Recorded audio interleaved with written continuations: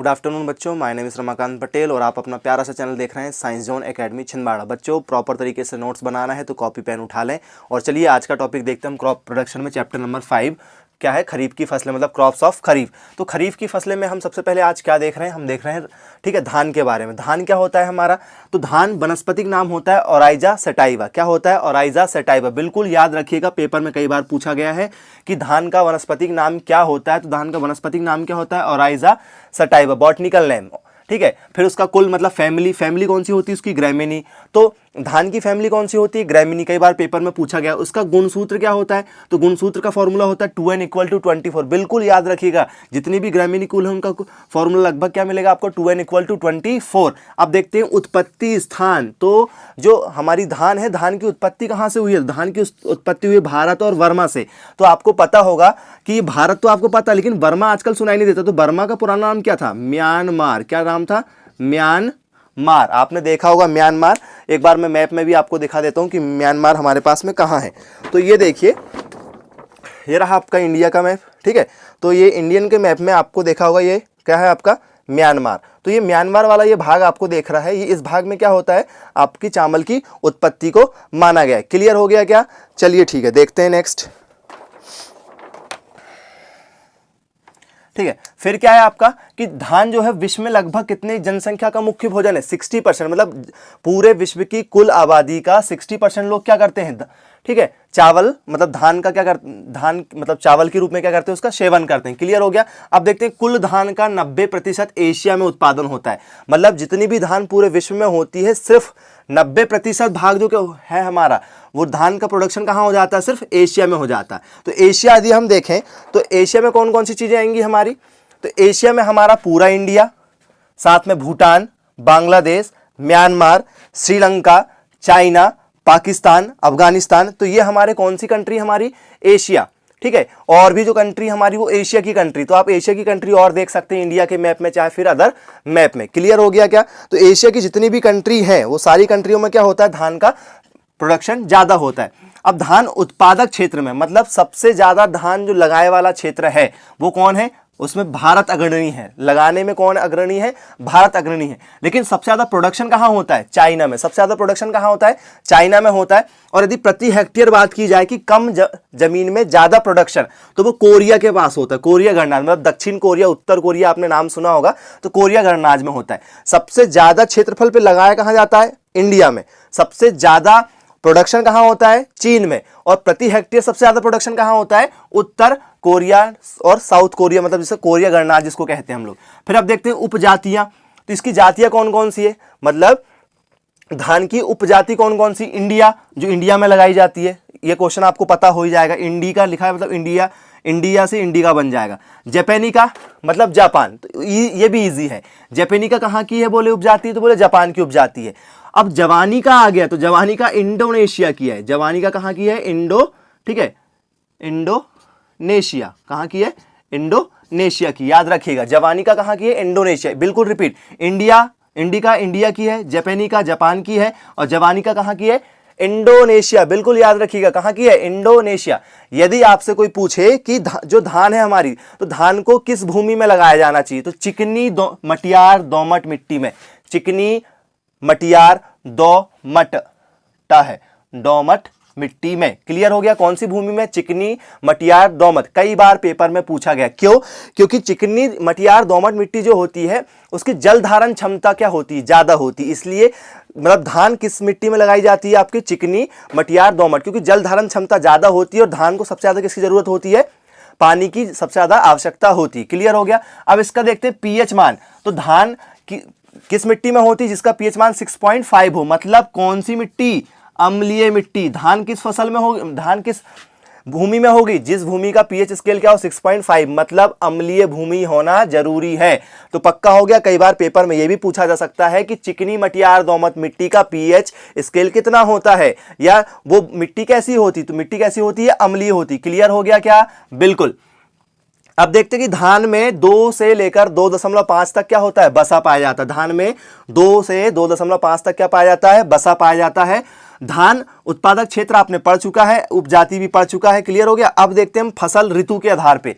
तो फसल ऋतु में, शरद ऋतु में कहाँ स्थानीय नाम आइस, पश्चिम बंगाल, मतलब ये स्थानीय नाम है। पश्चिम बंगाल में जो धान की किस्म है उसका नाम क्या है, आइस, क्लियर हो गया। ये कब बोई जाती है, मई से जून के बीच में, और काटी कब जाती है, सितंबर के बीच में। तो हम देख लेते हैं एक बार, ठीक है, मैप वाइज देख लेते हैं। ये रहा हमारा पश्चिम बंगाल। पश्चिम बंगाल कहाँ है हमारा, इस वाले भाग को हम क्या बोलेंगे, पश्चिम बंगाल। तो ये वाला भाग हमारा रहा क्या, पश्चिम बंगाल। यहाँ पर क्या कौन सी प्रजाति लगाई जाती है, वहां पर लगाई जाती है आपकी प्रजाति कौन सी, आइस प्रजाति लगाई जाती है। कौन सी प्रजाति लगाई जाती है, आइस प्रजाति लगाई जाती है। कब, मई से जून के बीच में। मतलब इस समय धान की कौन सी फसल पश्चिम बंगाल में लगी हुई होगी, आइस लगी होगी, क्लियर हो गई। कब काटी जाएगी, सितंबर में काटी जाएगी, क्लियर हो गया। अब देखते हैं हम शीत में। शीत में कब कौन सी फसल लगाई जाती है, अमन, कहां लगाई जाती है, उड़ीसा और बिहार में, उड़ीसा और बिहार में। चलिए हम मैप वाइज देखते हैं कि इंडिया में उड़ीसा और बिहार कहां पर है। उड़ीसा और बिहार कहां पर है, तो ये रहा हमारा उड़ीसा। तो मतलब ये राज्य जो उड़ीसा का रहा, इतना राज्य, ये उड़ीसा का राज्य हो गया, उड़ीसा राज्य हो गया। उड़ीसा में और बिहार में, तो उड़ीसा और बिहार में लगाई जाने वाली फसलें, क्योंकि इनके कलर भी लगभग एक से दिए हुए हैं। उड़ीसा और बिहार में लगाई जाने वाली फसलें में कौन सी फसल लगाई जाती है, वहां पे धान की कौन सी किस्म लगाई जाती है बच्चों, अमन। कौन सी लगाई जाती है, अमन। कौन सी फसल लगाई, मतलब कौन सी जाति लगाई जाती है, अमन। कब लगाई जाती है, जून से जुलाई के बीच में। मतलब अभी के समय में बिहार में और उड़ीसा में कौन सी जाति लगी होगी, मतलब उसका उपनाम क्या है, अमन, ठीक है। धान की कौन सी किस्म लगाई जाएगी, अमन नाम की, वो लोग उसको अमन बोलते हैं। अक्टूबर में उसको क्या की जाएगी, कटाई की जाएगी। अब देखते हैं बसंत या ग्रीष्म ऋतु में कौन सी फसल, मतलब पश्चिम बंगाल में और कौन सी जाति लगाई जाती है, बोरो नाम से जाति लगाई जाती है। पश्चिम बंगाल आपने मैप में देख चुका है, पश्चिम बंगाल कहां पर है, और ये कब लगाई जा रही है वहां पर, नवंबर से दिसंबर में, मतलब बारिश के समय में जब लगाई जाएगी उसका नाम होगा आइस नाम की, ठीक है। स्थानीय नाम उसका क्या होगा, धान की किस्म का आइस। और जो नवंबर दिसंबर में लगाई जाएगी उसको बोलेंगे बोरो। क्या बोलेंगे, बोरो। एक है आइस, अमन, बोरो, आइस, अमन और बोरो। कब काटी जाएगी, मार्च से अप्रैल के बीच में, मार्च से अप्रैल के बीच में, क्लियर हो गया क्या। अब है हमारा सेकंड, पानी में बोई जाने वाली किस्में, ऐसा जिसमें पानी की मात्रा क्या हो, ठीक है, मिनिमम हो, तो उस समय कौन सी फसल बोई जाती है, साकेत, रत्ना, IR24। कौन कौन सी किस्म है, साकेत, रत्ना, IR24, ठीक है। ये फसल कितने दिन की होती, लगभग 115 से 124 दिन की फसल होती। आपसे यदि कोई पूछे कि धान कितने दिनों की फसल है, तो लगभग ये आप पकड़ के चलो इसको 110 से 124 या 125 दिन के आसपास की फसल है। 110 से 124 से 125 दिन के आसपास की क्या है, फसल है, अलग अलग किस्मों की अलग अलग। यदि एवरेज यदि बोला जाए तो 110 से हम 124 तक ले सकते हैं। फिर अब देखा छिटक कर बोई जाने वाली, ठीक है, जो छिड़काव करके बोई जाने वाली फसलें में कौन कौन सी किस्में है, कावेरी, कौन कौन सी है, कावेरी, बाला, गोविंद, नगीना 24, कावेरी, बाला, गोविंद, नगीना 22, सॉरी, कावेरी, बाला, गोविंद, नगीना और नगीना 22, क्लियर हो गया। पानी में बोई जाने वाली साकेत, रत्ना, IR24, और छिड़क कर बोई जाने वाली में कावेरी, बाला, गोविंद, नगीना 22। फिर अधिक जल, मतलब पानी की बहुत ज्यादा भी मात्रा यदि है तो फसल हमारी धान की खराब नहीं होगी, उसमें नाम क्या है, मधुकर, चकिया 59, मधुकर और चकिया 59, ठीक है, क्लियर हो गया।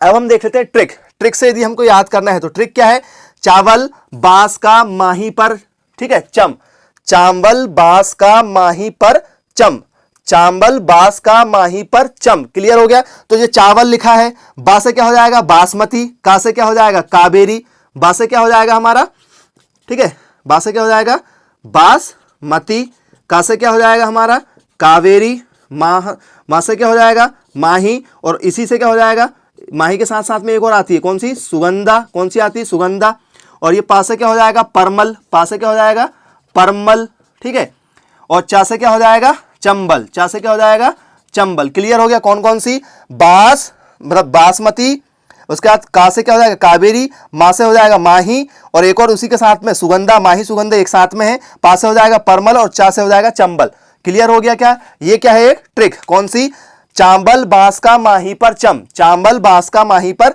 चम, क्लियर हो गया क्या। चलिए ओके, अब देखते हैं हम लोग कि धान की प्रमुख किस्में और कौन कौन सी है, धान की और कौन कौन सी किस्में हैं। तो IR8 है, IR8 है क्या है, IRRI, मतलब IRRI फिलीपींस से क्या हुई है, ठीक है, उसकी जाति से निर्मित हुई है। फिर एक जया है, भारत की पहली किस्म का नाम कौन सी है, जया, भारत की पहली किस्म जो लगाई गई थी वो कौन सी थी, जया थी। फिर है पद्मा, पंकज, जगन्नाथ, बाला, रत्ना, साबरमती, साकेत 4। एक दो बार यदि आप इसको रिवाइज करेंगे तो बिल्कुल आपको याद होगी। अब हम देख लेते हैं कि प्रमुख उर्वरक एजोला लगाया जाता है नाइट्रोजन की मात्रा के लिए, ठीक है। फिर कब एलोजा मतलब एजोला किसके लिए होता है? नाइट्रोजन की मात्रा के लिए। मतलब आपने खेत में क्या लगा चुके हैं? धान लगा चुके हैं, तो एक भाग आप क्या कर सकते हैं? 8 दिन के बाद, एक सप्ताह के बाद में क्या कर सकते हैं? एजोला की एक मात्रा मतलब प्रति हेक्टेयर लगभग 2 से 3 टन के आसपास, या 2 से 5 टन भी कुछ लोग बोलते हैं, तो 2 से 3 टन के आसपास क्या कर सकते हैं आप खेत में प्रति हेक्टेयर छिड़काव कर सकते हैं। ये नाइट्रोजन की पूर्ति खेतों में करती है।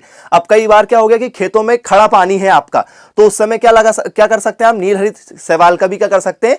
ठीक है, छिड़काव कर सकते हैं। फिर एक और है हमारा एजोस्पाइरिलम, ठीक है। ये क्या होता है? जीवाणुओं के लिए होता है। किसके लिए होता है? जीवाणु रहित होता है, मतलब जीवाणु के लिए होता है। अब हम देखते हैं प्रमुख खरपतवार। कौन से? प्रमुख खरपतवार। प्रमुख खरपतवार में क्या है? मोथा, मकरा, दूब घास। ये खरपतवार आपके क्या होते हैं? जब धान लगाते हैं तो धान की फसल के बीच में जो खरपतवार होते हैं उनके नाम भी पेपर में पूछे जाते हैं। मोथा, मकरा, दूब घास, सनई और बनरा। क्या लिखा हुआ है? वो बनरा है। क्या लिखा हुआ है? बनरा। मोथा, मकरा, धूप घास, सनई और बनरा। अब यदि ये धूप घास को हमको क्या करना है? हल द्वारा क्या करना है? ठीक करना है। मतलब इनको हल द्वारा क्या करना है? हटाना है जमीन से, ठीक है। तो उसको क्या बोलते हैं? ठीक है, बुशनिंग बोलते हैं उसको। क्या बोलते हैं हम? बुशनिंग। क्या बोलते हैं? बुशनिंग करना। क्या करना?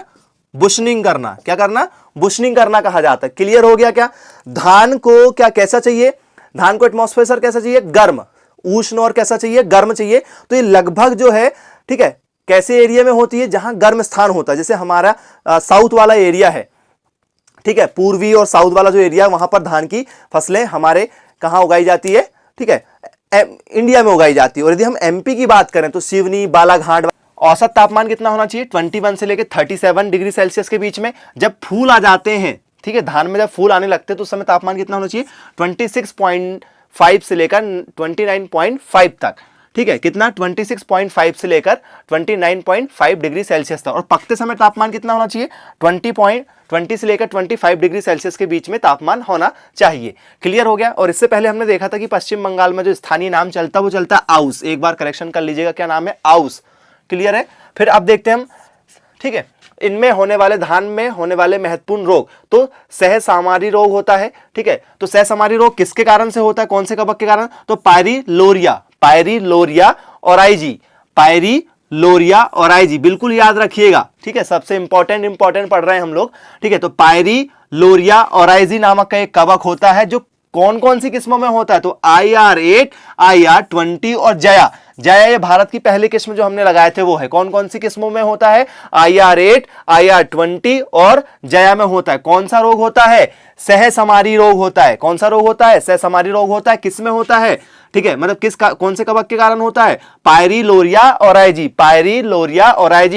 कवक के कारण होता है। और कौन कौन सी किस्में होता है? IR8, IR20 और जया में होता है। फिर सेकंड रोग है ब्राउन स्पॉट। किस कारण से होता है?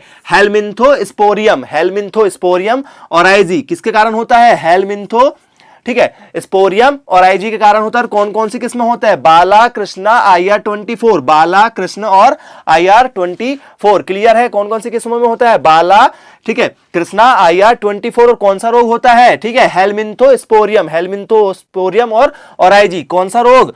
ठीक है, ब्राउन स्पॉट रोग होता है। क्लियर हो गया क्या? फिर है धान में फॉल्स स्मट रोग किस कारण से होता है? तो धान में फॉल्स स्मट रोग किस कारण से होता है? क्लेविंसेप्स ओराइजा सटाइवा, ठीक है। किस कारण कब होता है? जब फूल आते हैं, जब धान में फूल आने लगते हैं उस टाइम पर जो रोग होता है वो कौन सा रोग होता है? धान में फॉल्स स्मट रोग होता है। और किस कवक के कारण होता है? क्लेविंसेप्स ओराइजा सटाइवा के कारण, ठीक है। क्लियर हो गया। अब हम देखते हैं अंगमारी एवं धान रोग किस कारण से होता है? ठीक है, जेंथोमोनास ओराइजी के कारण होता है। किस कारण होता है? जेंथोमोनास ओराइजी के कारण होता है। और कौन कौन सी किस्मों में होता है? रत्ना, IR20, प्रसाद, गोविंद, पूषा, ठीक है, 2-21 में होता है, ठीक है। क्लियर हो गया। अब हम देखते हैं कि धान का टुगड़ो ठीक है, विषाणु रोग किस कारण से होता है? ये वायरस के कारण से होता है। याद रखिएगा, धान का जो टुगरो विषाणु रोग है वो किस कारण से होता है? वायरस के कारण उससे होता है। और कौन सी किस में होता है? IR20 और रत्ना में होता है। IR20 और रत्ना में होता है। क्लियर हो गया। अब हम देखते हैं कि प्रमुख और जो जातियां हैं जिन, ठीक है, जिस जातियों का यूज हम करते हैं धान की फसलों के लिए, तो क्या होता है? सरजू 52 यूपी में लगाई जाने वाली फैजाबाद विश्वविद्यालय से, ठीक है, सर्टिफाइड हुई थी सरजू 52। फिर सरजू 49 जो है वो हमारा फिलीपींस IR, ठीक है, RI से, फिलीपींस से हुई थी। फिर उसके बाद में IR24 जो है वो क्षारीय मृदा में लगाई जाती। धान लगती किसमें है? धान लगती है अम्लीय में। धान किसमें लगती है? अम्लीय मृदा में। धान किसमें लगती है? अम्लीय मृदा में। और कौन से सीजन में लगाई जाती है? लगाई जाती है किसमें? खरीफ में। किसमें लगाई जाती है? खरीफ में। लेकिन एकमात्र चेन्नई ऐसी जगह है, चेन्नई ऐसी जगह है जहां पर कहां भी लगा दी जाती है, रबी के मौसम में भी लगाई दी जाती है। चेन्नई कहां है? तमिलनाडु, ठीक है, के राजधानी में क्या है? हमारा चेन्नई है। ठीक है, क्लियर हो गया। तो खरीफ में कहां धान कैसी फसल है? खरीफ में लगाई जाती है, लेकिन चेन्नई जो है, ठीक है, वहां पर रबी में भी लगाई जाती। क्लियर हो गया। और धान अम्लीय मृदा में लगाई जाती है जिसका पीएच मान 6.5 होता है। लेकिन एकमात्र ऐसी फसल जो है IR24, ये क्षारीय मृदा में भी लगाई जाती है। पेपर में पूछ लिया जाता है। फिर आता है टाइप 3। टाइप 3 यूपी व तराई वाले क्षेत्र में, जो तराई का क्षेत्र है या उत्तर प्रदेश है, वहां पर क्या लगाई जाती है? टाइप 3, ठीक है, नाम की किस्म लगाई जाती है। अनुपमा मध्य प्रदेश में लगाई जाने वाली धान की कौन सी किस्म है? अनुपमा पेपर में पूछा जा सकता है। अनुपमा कहां लगाई जाती है? MP में लगाई जाती है। ठीक है, गरिमा गरिमा का क्या काम है? गरिमा जो लगाई जाती है उसमें जो कल्ले आते हैं, ठीक है, क्षमता अधिक, कल्ले की क्षमता क्या होती है? अधिक, मतलब अधिक उपज देता है, जिसमें हम बाले कह सकते हैं। ठीक है, तो गरिमा इसके लिए ज्यादा उपयोगी है क्योंकि प्रोडक्शन ज्यादा देती है। फिर राजेश्वरी जो है वो रबी और खरीफ दोनों में लगाई जाती है। ठीक है, ऐसी फसल, मतलब ऐसी हमारी प्रजाति जो क्या होती है? रबी में भी लग जाती है और खरीफ में भी लग जाती है। तो राजेश्वरी है, हेमा भी रबी और खरीफ में लग जाती है। और एक आता है हमसा नाम की, कौन सी नाम से? हमसा नाम की। हमसा क्या होती है कि इसके जो अंकुरित जो दाने होते हैं वो सुनहरे और भूरे रंग के होते हैं। इसके दाने कैसे होते हैं? सुनहरे और भूरे रंग के होते हैं। क्लियर हो गया क्या? अब देखते हैं हम धान की कुछ अन्य किस्में। और कौन कौन सी किस्में धान की? जागृति, क्रांति, प्रगति, महसूरी, ठीक है, कुमार, शक्ति, गोविंद, जलमग्न, प्रसाद, नगीना 22, पूसा, ठीक है, 221, दीपा, पूसा 33, जवाहर। ठीक है, ये क्या है? और हमारी धान की अन्य किस्में हैं। अब जो धान्य है वो सबसे कम न्यूनतम मतलब 110 दिन में भी क्या हो जाती है? पककर तैयार हो जाती है। और मैक्सिमम 140 दिन लेती है। मतलब जो हमारी पहले आने वाली किस्म वो 110 दिनों के अंदर आ जाती है। क्लियर हो गया। अब यदि आपको देखना है कि आपको 60 किलोग्राम बीज क्या लगेंगे प्रति हेक्टेयर, यदि आपसे कोई पूछे कि आपको 1 हेक्टेयर में धान लगाना है तो कितने किलो धान लगेगी, तो आपको क्या बोलना पड़ेगा कि 60 किलो, ठीक है, क्या लगेगी प्रति हेक्टेयर हमको धान की खपत होगी। अब देखते हैं धान की नर्सरी। धान की नर्सरी लगाना डोपिंग कहलाता है। धान की नर्सरी लगाना क्या कहलाता है? हमारा डोपिंग कहलाता है। और यह कहां से आया था? फिलीपींस से आया था। कहां से आया था? फिलीपींस से आया था। और भारत में कौन से राज्य ने अपनाया डोपिंग विधि को? भारत के किस राज्य ने अपनाया? आंध्र प्रदेश ने अपनाया है। डोपिंग विधि को सबसे पहले किसने अपनाया था? आंध्र प्रदेश ने। क्लियर हो गया। अब डोपिंग का मतलब क्या होता है कि बिना मृदा के उगाना। कैसे उगाना? बिना मृदा के उगाना। मतलब किससे उगाओगे आप? खाद डालोगे और साथ में क्या रहेगा? उर्वरक। इनकी मदद से क्या करना? ठीक है, बिना मृदा के क्या करना? ठीक है, आपको धान की क्या, ठीक है, क्या तैयार करना है? नर्सरी तैयार करना। और कितने दिन में तैयार हो जाती है? 10 से 15 दिन के अंदर में आप डोपिंग विधि से, ठीक है, आपकी नर्सरी तैयार कर सकते हैं। ठीक, तो आपको लगभग कितनी जमीन की जरूरत पड़ेगी इसके लिए? 25 से 30 वर्ग मीटर स्थान की जरूरत होगी। अब आपने देखा होगा कि जैसे ही आप क्या करते हैं, ठीक है, बीज को इसमें लगाते हैं, ठीक है, किसमें? नर्सरी वाली मेथड से लगाते हैं, डोपिंग वाली मेथड से लगाते हैं, तो आपके बीज जो है वो 36 आवर से 48 आवर्स के बीच में, 36 से 48 घंटे के बीच में क्या हो जाते हैं? बीज अंकुरित होना चालू हो जाते हैं। क्लियर हो गया क्या? बिल्कुल। अब इसको पानी भरा कितने सेंटीमीटर रहना चाहिए? 4 से 5 सेंटीमीटर पानी भरा हुआ उस समय खेत में आपके रहना चाहिए। अब इसमें कौन कौन से उर्वरकों का छिड़काव करते हैं हम लोग? Ammonium sulphate, ammonium chloride, urea. Ammonium sulphate, ammonium chloride और यूरिया। क्लियर हो गया क्या? अब यदि हम कली बनते हैं, जब इसमें कली आने लगती है उस समय किसका छिड़काव करना जरूरी होता है? क्योंकि नाइट्रोजन की इसमें क्या होती है? कमी होती है, तो नाइट्रोजन का छिड़काव क्या करना होता है? जरूरी होता है। अब हम देखते हैं धान का इसमें रोग। तो धान का जो खरा रोग है, धान का कौन सा रोग है, खरा रोग है, वो किसकी कमी के कारण होता है, जिंक की कमी के कारण होता है, जिंक की कमी के कारण होता है, जेडन की कमी के कारण होता है, ठीक है। और ये कौन से क्षेत्रों में पाया जाता है, तराई के क्षेत्रों में पाया जाता है। अब रोकथाम कैसे करना चाहिए, रोकथाम करने के लिए आपको 5 किलोग्राम, ठीक है, जिंक सल्फेट लेना होगा, 5 किलोग्राम जिंक सल्फेट लेना होगा, 25 किलोग्राम चूने लेना होगा। मतलब आपको घोल बनाना है, एक घोल बनाना है, ठीक है। घोल के लिए हम क्या कर सकते, एक यदि आपको घोल बनाना है तो इस घोल में क्या हो जाएगा, आपको क्या लेना पड़ेगा, 5 ग्राम क्या ले लो, जिंक सल्फेट ले लो, साथ में और क्या इंक्लूड कर दो इसमें, 25 ग्राम क्या कर दो, 25 किलोग्राम क्या कर दो, चूना ऐड कर दो, और 1000 लीटर का क्या हो जाना चाहिए, पानी हो जाना चाहिए। तो 1000 लीटर पानी में 25 किलोग्राम चूना और 5 किलोग्राम जिंक सल्फेट मिला के घोल तैयार कर लो और उसका छिड़काव करो। धान का जो उफरा रोग है, धान का उफरा रोग किसके कारण होता है, नेमाटोड के कारण होता है। किसके कारण होता है, नेमाटोड के कारण होता है। और गंधी कीट भी एक रोग होता है, वो क्या होता है कि जब हमारी बालें जो होती हैं, ठीक है, वो क्या हो जाती है, दुग्धावस्था में रहती है, उस समय कौन सा रोग सताता है, गंधी कीट रोग भी हमको सताता है। और एक और रोग होता है, क्या होता है, हरा फुदका। कौन सा रोग होता है, हरा फुदका रोग होता है। क्लियर हो गया। यदि आप हमारे चैनल में पहली बार जुड़े हैं तो आप हमारे चैनल को सब्सक्राइब करें, लाइक करें, शेयर करें।